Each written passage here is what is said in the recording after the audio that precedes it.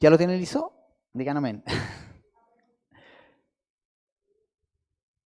6 días después, Jesús tomó a Pedro, a Jacobo y a Juan, su hermano, y los llevó aparte a un monte alto.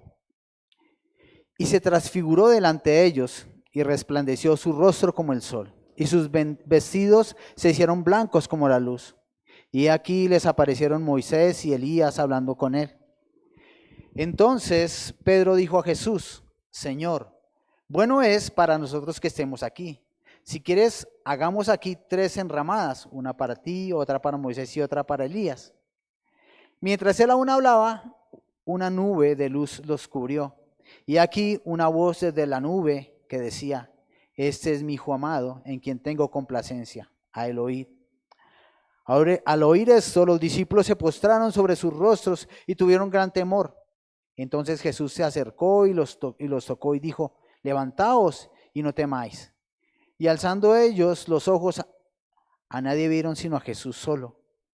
Cuando descendieron del monte, Jesús les mandó diciendo: No digáis a nadie la visión hasta que el Hijo del Hombre resucite de los muertos. Entonces sus discípulos le preguntaron diciendo: ¿Por qué pues dicen los escribas que es necesario que Elías venga primero? Respondiendo Jesús les dijo: A la verdad, Elías viene primero y restaurará todas las cosas, mas os digo que Elías ya vino y no le conocieron, sino que hicieron con él todo lo que quisieron. Así también el Hijo del Hombre padecerá de ellos. Entonces los discípulos comprendieron que les había hablado de Juan el Bautista. Nuestra relación con Dios marca nuestras vidas, lo que hemos aprendido hasta ahora, ya que esa relación nos lleva a vivir bajo el amor de un Padre que nos corrige por amor. Y entendemos que Dios corrige al que ama, ¿no? Eso dice su palabra. Porque tenemos una relación que continuamente nos hace ver lo defectuosos que somos nosotros. Que su gran amor nos lleva a vivir en sumisión a su palabra, para que donde estemos su gloria se manifieste. Como hijos que siempre vivimos bajo su palabra, donde estemos su gloria se va a manifestar a través de nuestros actos en el trabajo, nuestros actos en la vida cotidiana, porque no son actos de solo venir a la iglesia, son actos que transforman a otras vidas por como Dios nos ha hecho, como Dios nos transforma a través de nuestros devocionales, de nuestra forma de vivir en su presencia. ¿Para qué le serviría a los discípulos de Cristo verlo en su gloria, verlo en su majestad? ¿Para qué le serviría? Vamos a iniciar resaltando que hay 3 de los discípulos que son del círculo central de Jesús. Son 3 discípulos que estuvieron en momentos especiales. Y queremos ver qué es lo que pasa en ellos. Vamos a comenzar con Mateo 16:16. Dice la palabra que después de 6 días Jesús los llevó al monte.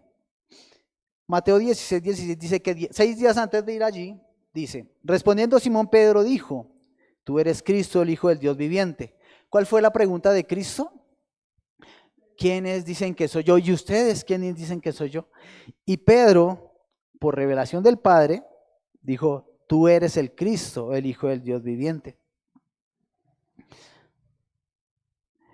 Y vemos a este grupo que ha estado en varios momentos especiales. En Mateo 17:1 dice: 6 días después Jesús tomó a Pedro, a Jacobo y a Juan su hermano. En otras palabras, en otra parte de la Biblia dice a Santiago. Santiago es el mismo Jacobo, ¿oyeron? Para que cuando en algún momento lean y diga Santiago, es el mismo Jacobo. Es por la traducción del original de Jacobo. Esos 3 momentos se encuentran en Marcos 5, 37, 42, cuando Jesús sanó a la hija del principal de la sinagoga.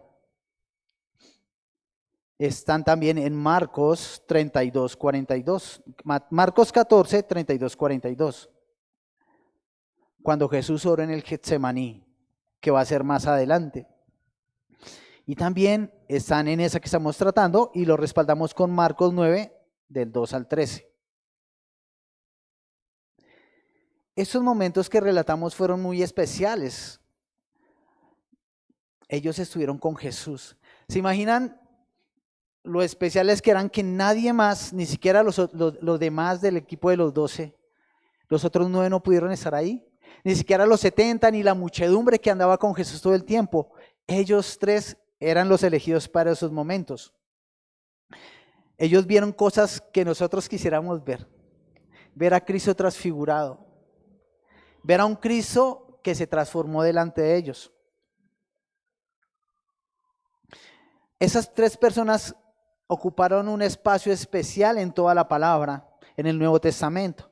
Por ejemplo, en Mateo 16, 18, Jesús le dice, pueden verlo ahí, Mateo 16, 18, le dice, y yo también te digo que tú eres Pedro, y sobre esta roca edificaré mi iglesia, y las puertas del Hades no prevalecerán contra ella. Jacobo, en el versículo que está en Hechos 15, 14, lo vemos como se hace el principal de todos los que se quedaron en Jerusalén. ¿Recuerdan cómo murió Jacobo? ¿Y qué espacio ocupó entre las muertes de los discípulos? Sin tener en cuenta a Judas, que no nació de nuevo, Jacobo fue el primero matado por Herodes. ¿Recuerdan que Herodes lo mató? Porque le satisfizo al pueblo que lo matara. Bueno, y está Juan. Juan es el que escribió el libro de Apocalipsis. Él tuvo la última revelación dada por Dios para los hombres. Ellos 3 tienen un causal en esa historia. Dice en el versículo 2 de Mateo 17, y se transfiguró delante de ellos y resplandeció su rostro como el sol, y sus vestidos se hicieron blancos como la luz. Esta historia está en los 3 evangelios sinópticos. En Lucas 9, 28, 36 dice así, para respaldar lo que vamos a hablar. Aconteció como 8 días después de las palabras, de estas palabras, que tomó a Pedro, a Juan y a Jacobo, y subió al monte a orar. Y entre tanto que oraba, la apariencia de su rostro se hizo otra, y su vestido blanco y resplandeciente.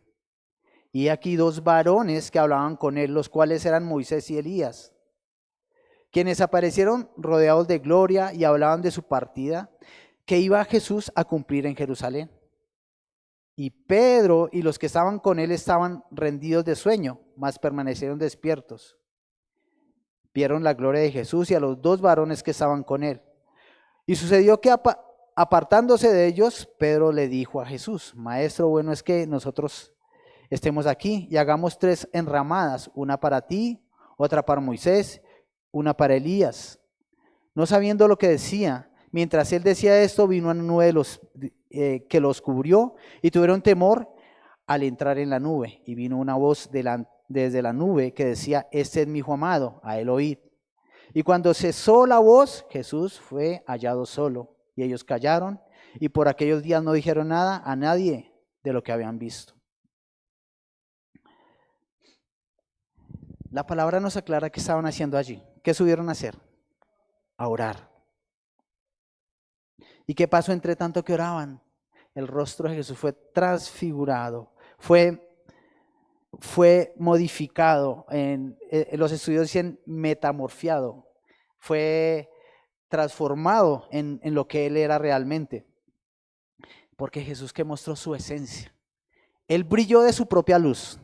Y vamos a ver más adelante, porque la luz que resplandecía era la gloria de Dios, porque Él es Dios.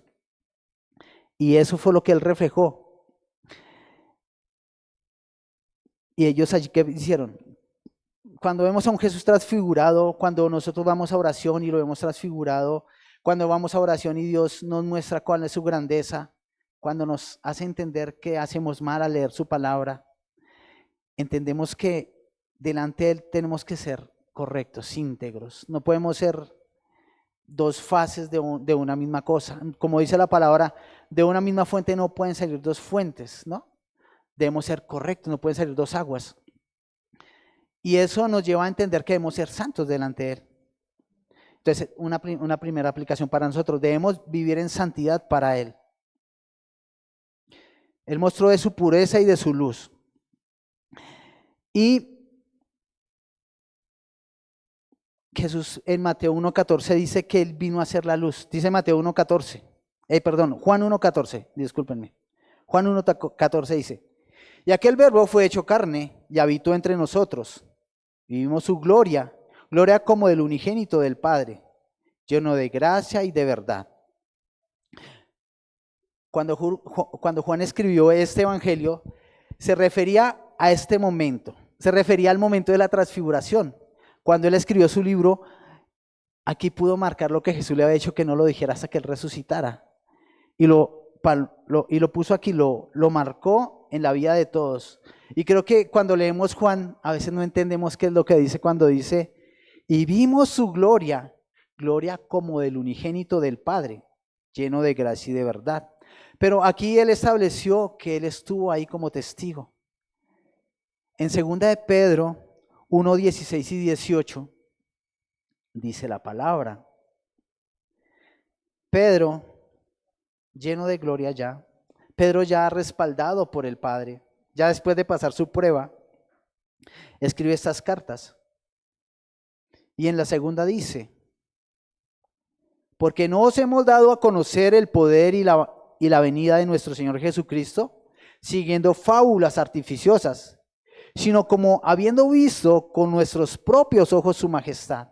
Pedro está confirmando que él estuvo en ese momento. Pues cuando él recibió de Dios Padre honra y gloria, le fue enviada desde la magnífica gloria una voz que decía, este es mi Hijo amado, en el cual tengo complacencia. Y nosotros oímos esta voz enviada desde el cielo, cuando estábamos con él en el Monte Santo. Esos eran los dos testimonios. Y nosotros los leemos en aparte y no entendemos de dónde vienen. Pero esos versículos son los que respaldan que ellos estuvieron en ese momento. Y aquí es cuando ellos pueden dar el testimonio. Ellos estuvieron con Jesús. Jacobo, como les dije, ya había sido muerto por Herodes. En el versículo 3 dice, y aquí les aparecieron Moisés y Elías hablando con él. Entonces Pedro dijo a Jesús, Señor, bueno es para nosotros que estemos aquí. Si quieres, hagamos 3 enramadas, una para ti, otra para Moisés y otra para Elías. No sé si se preguntan cuando leen esto. Cuando yo lo leí me pregunté,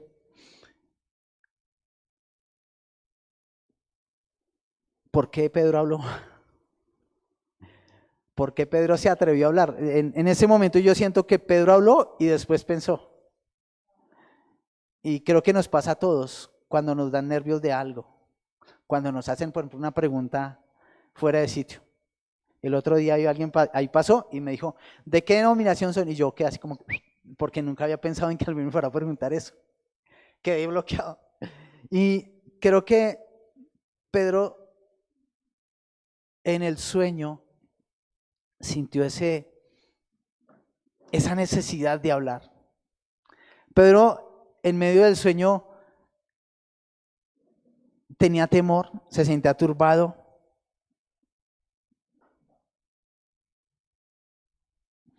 Pero Jesús no le respondió. ¿Se dan cuenta que Jesús no le respondió? Dice en Lucas 9:31.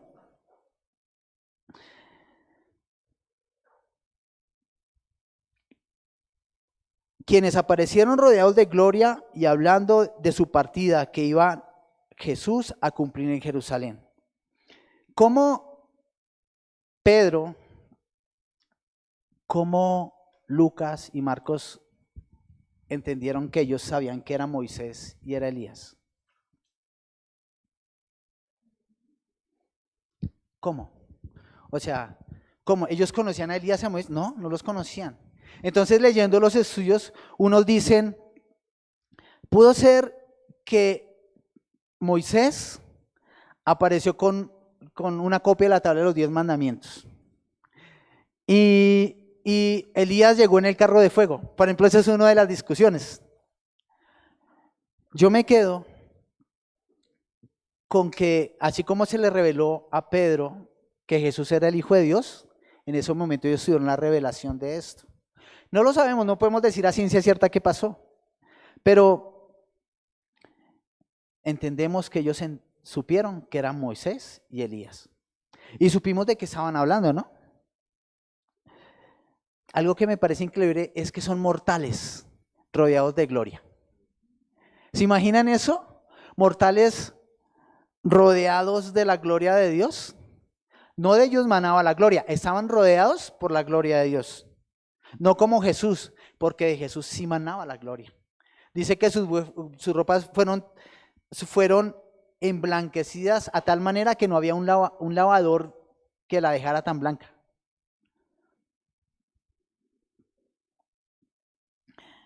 En el versículo 4 de Mateo 17 dice: entonces Pedro dijo: Jesús, Señor, bueno es para nosotros que estemos aquí.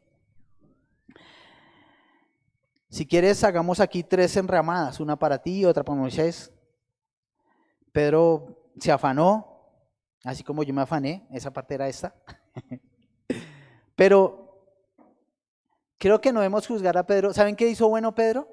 Que le consultó a Jesús. Y eso es lo que debemos hacer nosotros siempre en nuestra vida, consultar al Señor. Porque el pecado fue no obedecerlo. Aquí Pedro le atribuyó que él se acercó a Jesús y le preguntó: Señor, ¿es bueno? Estaba nervioso, estaba afanado. Vamos a compararlo con lo que dice en Marcos 9, 5 al 6. Dice: entonces Pedro dijo a Jesús: Maestro, bueno es para nosotros que estemos aquí. Hagamos 3 enramadas, una para ti, otra para Moisés y otra para Elías. Porque no sabía lo que hablaba, pues estaban espantados. No sabía lo que decía, dice Lucas. ¿Cuál es nuestra posición cuando vamos a orar? Muchas veces, y no me digan que no, cuando vamos a orar nos da sueño. Y cuando nos damos cuenta estamos diciendo cosas absurdas delante de Dios. Una vez yo llegué de trabajo muy cansado y yo llegué a orar. Nosotros, el pastor Javier y yo trabajamos, no tenemos nuestros propios trabajos y llegamos de trabajar. Y yo llegué a trabajar y yo me acuerdo que tenía un trabajo con unas tablas, con algo, no sé, estaba diseñando algo. Y mi esposa decía que yo estaba orando y decía: Señor, dame las tablitas, Señor, dame no sé qué. Entonces fue un momento muy cómico, pero me llevó a entender que me pasa lo mismo que a Pedro. Digo cosas absurdas cuando no estoy claro en delante de quién estoy. Cuando no estoy claro delante de la grandeza. ¿Qué le habíamos preguntado a ellos? ¿Qué hubiéramos hecho en ese momento nosotros? Oye, Moisés, ¿cómo fue eso de que se abrió el mar rojo? Moisés, dime, ¿qué sentiste cuando ibas en medio del mar rojo? ¿Qué sentías cuando estabas respaldado por Dios? O Elías, ¿qué pasó cuando vino el carro de fuego y te recogió? No sé. ¿Qué preguntas haríamos? Pero Pedro, sin pensar, así como hacemos muchas veces, vamos delante de Dios y decimos cosas absurdas. No sé de qué sonó. Dice en el versículo 5: mientras él aún hablaba, una nube de luz los cubrió. Y aquí una voz desde la nube que decía: este es mi hijo amado, en quien tengo complacencia. A él oíd. ¿A quién? A mi hijo, ¿cierto? Al Hijo de Dios. Miremos esto. En Lucas y en Marcos dice que una nube y en Mateo dice que una luz. Era una nube que estaba resplandeciendo, para que entendamos. Es una nube brillante, así como en Éxodo, cuando de noche iba la luz, la columna de luz, de fuego, y en el día había una nube que los cubría. Ahí estaba Dios, ahí estaba su presencia, su gloria. Esa gloria manifestaba la grandeza de Dios. Pero algo que me llama la atención es lo que dice al final: a él oíd. A él oíd. ¿Recuerdan lo que dice Jeremías 7, 21 al 23? Vamos a Jeremías 7, 21 al 23, por favor.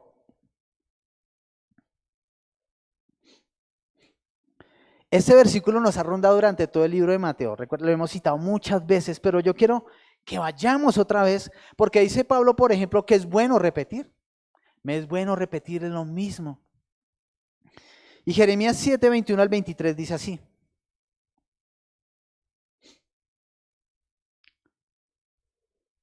Díganme cuando lo tengan. Porque es que quiero que lo miremos ahí. Amén.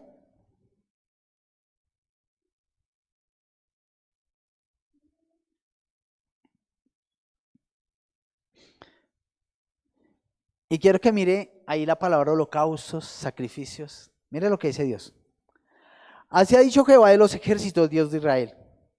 Añadid vuestros holocaustos sobre vuestros sacrificios y comed la carne, porque no hablé yo con vuestros padres, ni nada les mandé acerca de holocaustos y de víctimas el día que los saqué de la tierra de Egipto.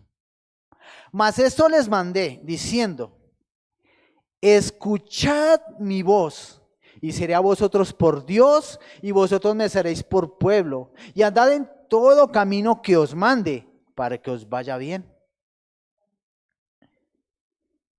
Esta vez es una orden directa a esos tres discípulos. Es directa, ¿no? A él oíd. ¿Quién lo está diciendo? Dios. Ellos tuvieron el privilegio de escucharlo. Pero en la traducción es plural de segunda persona.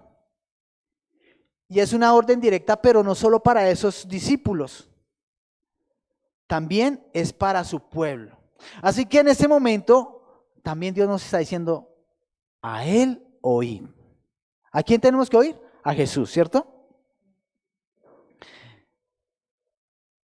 Está diciendo Dios, oigan a mi Hijo, oigan al Cristo, escuchen su palabra, obedezcan a lo que Él dice. Iglesia, es necesario que escuchemos la voz del Padre enviada a través de Jesús. Que nada nos aparte de sus palabras, que siempre nos llevan a amar a Dios sobre todas las cosas y a nuestro prójimo como a nosotros mismos. Porque Jesús dice que sobre esos dos mandamientos está hecha toda la palabra. Y que esa es la orden y lo que han dicho los profetas desde el inicio de la palabra. El amor del Padre que nos ama a nosotros como pecadores. Porque ese amor fue tan grande que pagó, Él propició el precio para pagar nuestro pecado. Es justo que escuchemos a Cristo, quien pagó el pecado, la deuda que teníamos con Dios y abrió el camino. En el versículo 6 dice la palabra, Mateo 17:6. Al oír eso, los discípulos se postraron sobre sus rostros y tuvieron gran temor. Entonces Jesús se acercó y los tocó y dijo, levantaos y no temáis. Y alzando ellos los ojos, a nadie vieron sino a Jesús solo. La reverencia es importante. El postrar nuestros corazones delante de Dios es importante. No digo solo el inclinarnos, sino el doblegar nuestro orgullo delante de Dios. Ellos lo hicieron por temor, porque habían leído a Daniel, habían leído a todos los profetas a los cuales tuvieron que rendirse delante de Dios porque sus fuerzas se fatigaban. Ellos se postraron y nosotros debemos postrarnos. Pero nosotros no nos postramos por un temor, sino por una reverencia que debemos dar y reconocer a Dios. Porque no podemos llegar como altivos, con orgullo delante de Dios. ¿Quién entrará con pecado delante de Dios? Dios es santo, santo, santo. Y nosotros, como sus hijos, debemos reconocer su grandeza y por eso debemos entrar con un respeto reverente en su presencia. Nadie le puede dar órdenes a Dios, nadie. Solo podemos clamar a Él por su bondad, por su verdad. Pero miren, Jesús lo maravilloso, Él creó un camino. Dice Jesús en Juan 14, 6 y 7. ¿Qué dijo Jesús? Juan 14, 6 y 7.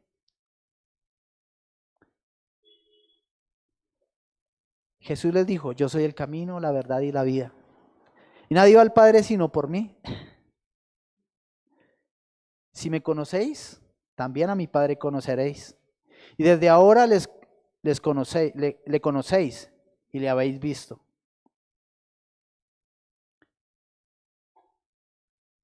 Nosotros debemos ver solo hacia Cristo. Él manifiesta las bondades de Dios y Él es nuestro Señor, delante de quien debemos doblar rodilla. ¿Qué dice la palabra? Y toda rodilla se doblará delante de su presencia. En el versículo 9 de Mateo 17 dice la palabra: cuando descendieron del monte, Jesús les mandó diciendo, no digáis a nadie la visión hasta que el Hijo del Hombre resucite de los muertos. Entonces sus discípulos le preguntaron diciendo, ¿por qué pues dicen los escribas que es necesario que Elías venga primero? ¿Se habrán preguntado por qué vieron a Elías? ¿Lo recordaron porque vieron a Elías? Respondiendo Jesús les dijo, qué pena, se me pega, estoy hablando en letra pegada. A la verdad, Elías viene primero y restaurará todas las cosas, mas os digo que Elías ya vino y no le conocieron, sino que hicieron con él todo lo que quisieron. Así también el Hijo del Hombre padecerá de ellos. Entonces los discípulos comprendieron que les había hablado de Juan el Bautista. Ya no era necesario que alguien dijera algo más. Jesús lo había hecho todo. Mostró su poder en Israel, resucitó muertos, sanó enfermos, libertó endemoniados. Ella lo ha hecho todo. A nosotros también se nos manifestó. ¿Cómo se nos manifestó Cristo? Cuando nacimos de nuevo. ¿Recuerdan en nuestra vida pasada cuando éramos pecadores? Y ahora cuando queremos hacer algo de eso, ¿hay algo en nuestro corazón que dicen que no? ¿Hay algo en nuestro corazón que nos llama a ser santos delante de Dios? O cuando quizás caemos, hay algo que nos lleva y nos permite ir delante de Dios y decir, Señor, perdona mis pecados, perdona mis ofensas. Dios se manifestó en nuestras vidas y nos llamó de muerte a luz. Nos llamó de la oscuridad a su luz admirable. Y nacimos de Dios, no por conveniencias de hombres, porque nosotros no podemos obligar a nadie que nazca de nuevo. Nosotros como predicadores de la palabra no podemos obligar a nadie que nazca de nuevo. Podemos ir instrumentos para llevar la palabra, pero el arrepentimiento, ¿quién lo trae el corazón? El Espíritu Santo. Así que reconozcamos la grandeza de Dios, porque dice que la palabra dice que hasta que Él no resucitará de nuevo, ¿cierto? ¿Quiénes lo vieron después de que resucitó? Pero los 12 no pudieron. El que nació nuevo lo ha visto, porque lo ha vivido en su vida, ha sido transformado. Pero los apóstoles, Judas no lo vio, porque él no nació de nuevo. ¿Qué pasó con Tito? Cuando Jesús llegó en medio de ellos y Tito no estaba, ¿qué dijo Tito? Hasta que no mete el dedo en sus llagas. Tomás, sí señor. Tomás.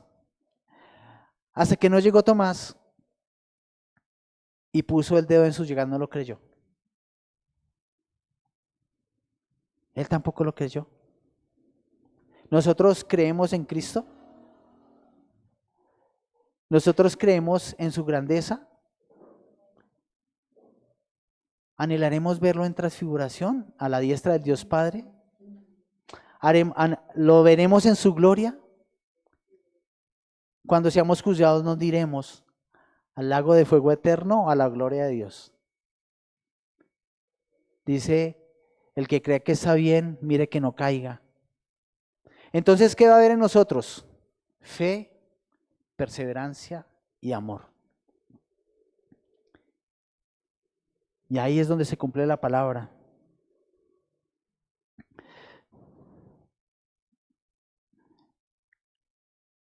Quiero que nos pongamos en pie, por favor.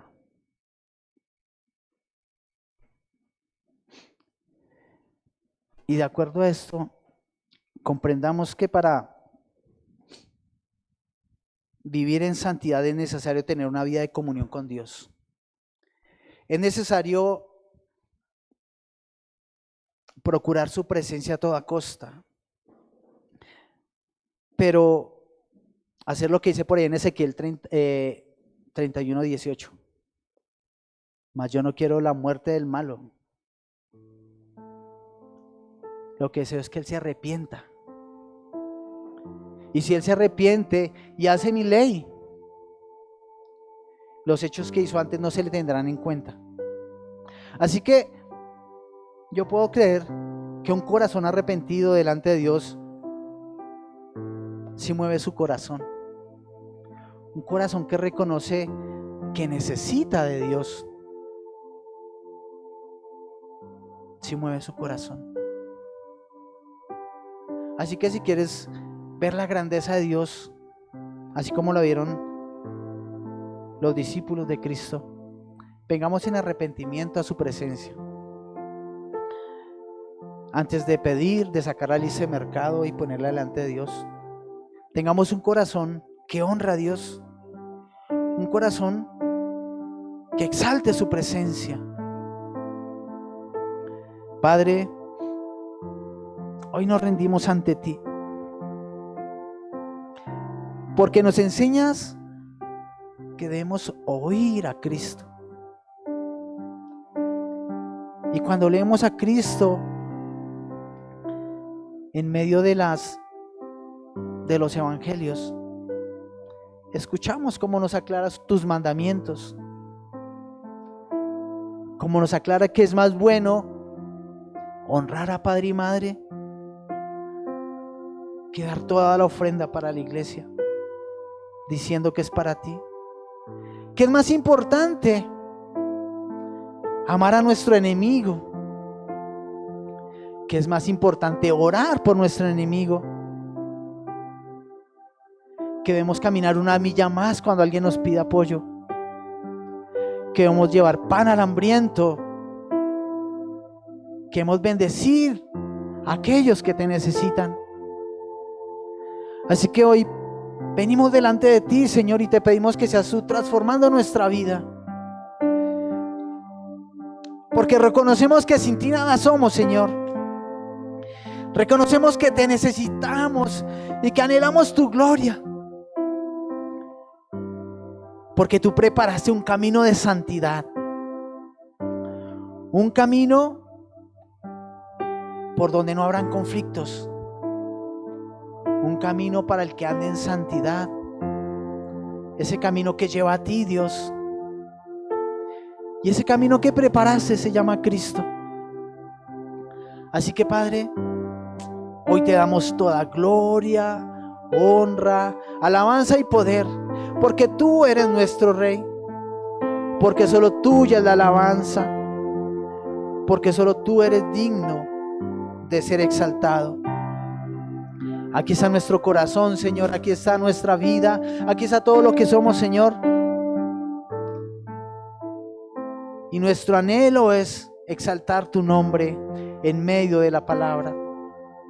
Hoy venimos como tus hijos, reconociendo que pecamos, Señor, porque aún en nuestra boca, queriendo adorarte, pecamos, Señor. Así que te pedimos perdón a nuestros pecados y límpianos con tu sangre. Límpianos.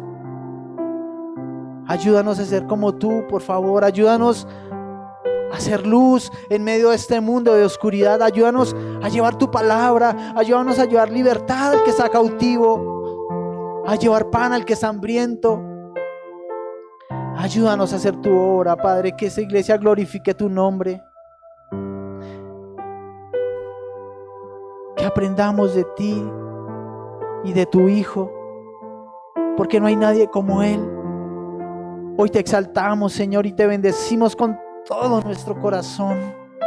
con todo nuestro espíritu y ser, Señor, te exaltamos a ti, Rey hermoso. Porque ¿quién como tú, que retienes tu furia, que retienes tu castigo, para que nosotros podamos venir en arrepentimiento a tus pies?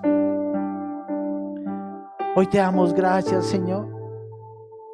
Te damos gracias con todo nuestro corazón. Y te pedimos que hoy nos permitas ir en paz a nuestros hogares. Y que tu gloria se manifieste donde estemos desde que salgamos de aquí, Señor. Que tu gloria transforme vidas. Danos palabra de nuevo, palabra de convencimiento y de ciencia para hablarle a otros de ti, Señor. Pero no con palabras audibles solamente, sino con hechos que te muestran a ti, Padre. Hechos dignos de arrepentimiento, como dice en Santiago. Hechos donde se muestra la fe que tenemos en ti, para que tu nombre sea exaltado, Señor. En el nombre de Cristo Jesús, Señor, te damos gracias y te bendecimos. Amén, Señor, y amén.